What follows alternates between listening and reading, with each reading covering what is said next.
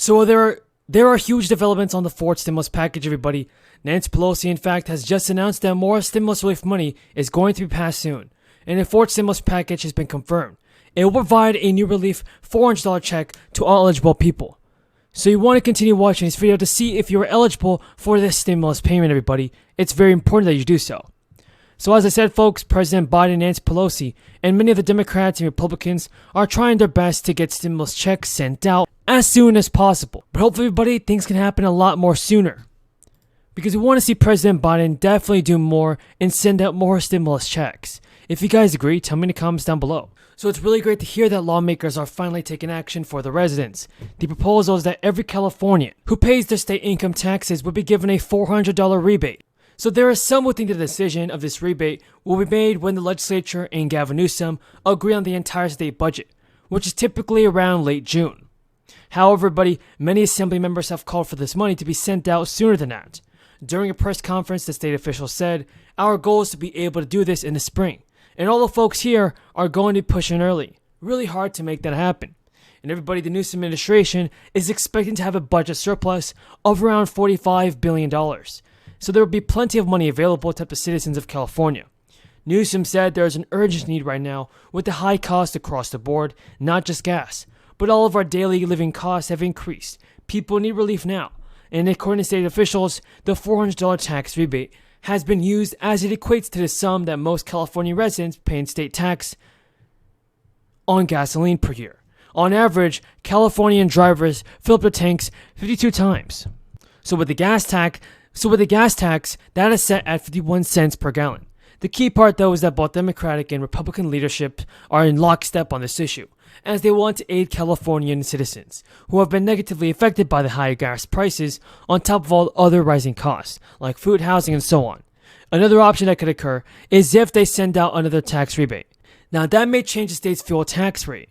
Conversations in Congress have also turned to possible aid for small businesses, restaurants, gyms, and performance venues that have been hit the hardest by this new surge. Momentum is building for more crisis relief to support restaurants and other businesses struggling to stay afloat during this time. Lawmakers involved in negotiations say support has been building among members for legislation aimed at supporting businesses that have been disproportionately hit by the crisis. The Democrat Ben Cardin is a leader in discussions on the matter. He expressed optimism when discussing he and Senator Roger Wicker efforts to gain more backing for the push among their colleagues. The senator told reporters, we are continuing to try to get broader support. He thinks that lawmakers are pretty close to securing the necessary support for the push. Ben Cardin said the primary focus in talks has been to replenish relief funding for restaurants, after a previous batch of funds allocated by Congress ran out months back. The funding would come at a crucial time, advocates say, as restaurants continue to grapple with the economic effects of the crisis, particularly as staffing shortages persist in parts of the nation and inflation tax on food costs. Lawmakers have also been considering providing relief to various other businesses that advocates and experts say have been hit the hardest. So folks, do you believe that President Biden will do more and help out the American people with stimulus checks? Tell me your thoughts on this, everybody, in the comments below. Senator Capito, thanks for those closing thoughts and for helping to help us put together. I think it's been a terrific hearing. It's very informative. Thank you. Your staff, our staff's on the majority side as well. Mr. Secretary, one of the things I like to do when we have an important issue like today, if we have a panel where you have different points of view, as Senator Capito said, sometimes I'll just kick it back to the panel and just ask them to, 3 or 4 or 5 people are on a panel, I'll ask them to see, tell us where's the consensus, where's the agreement. I could kick this back to you. This is pretty easy because you're the panel, and you tried in the conversation for the last couple of hours to help us a bit with consensus and communications and all. Would you have like to take just a couple of minutes just to kind of sum up and come back, maybe reiterate something, sure, or maybe touch on something that you haven't touched, maybe answer a question that hasn't been asked? So. Well, I will say I think I missed an opportunity with regard to Senator Capito's question about one federal decision to note that there's already been one-time hack in the law, which was the 60-day requirement to share information on the categorical exclusions, and we've met that. So I did not mean to be abstract in talking about our desire to meet some of those other goals, but we've met our requirements so far and are committed to continue to do that. So I appreciate the chance to revise and extend there. I'll be very concise, noting I'm a panel of one, and just express again, kind of as I began, my appreciation and gratitude for the work of this committee. I really believe that the improvements we're going to make, the things we're going to fix, and the things we're going to build across the different areas of transportation infrastructure, they're going to help goods get to where they need to go affordably and swiftly. They're going to help people get to where they need to be. They're going to create so many jobs in this country. And I think we're all going to be proud of them. And at a time when all of us worked through this last year where there were many commentators scoffing at the idea you could have a bipartisan anything law.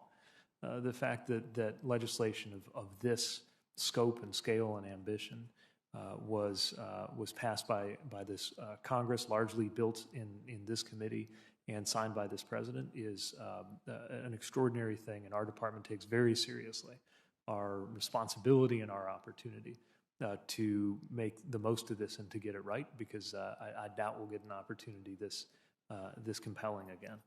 So thank you. Yeah, thank you. Thank you. I think I speak not just for Senator Capito, but for all of our colleagues on this committee. It's really been a privilege for us at this point in time in our nation's history to have a chance coming out of the worst pandemic in 100 years, so one of the worst recessions since the Great State to receive up to $80,000, and that is a lot of money. But meanwhile, in New York, there has been such demand that the state is no longer giving the green light for applications for any mortgage relief. And anyone living in the city of Chicago will find that the state is creating its own mortgage relief program and is going to start accepting applications next month. In Chicago, any eligible homeowner will be able to receive up to $30,000 in stimulus aid. That's without eliminating or reducing overdue mortgage and property tax payments. And last year, everybody, the American Rescue Plan did a lot more than just send stimulus checks into Americans' bank accounts.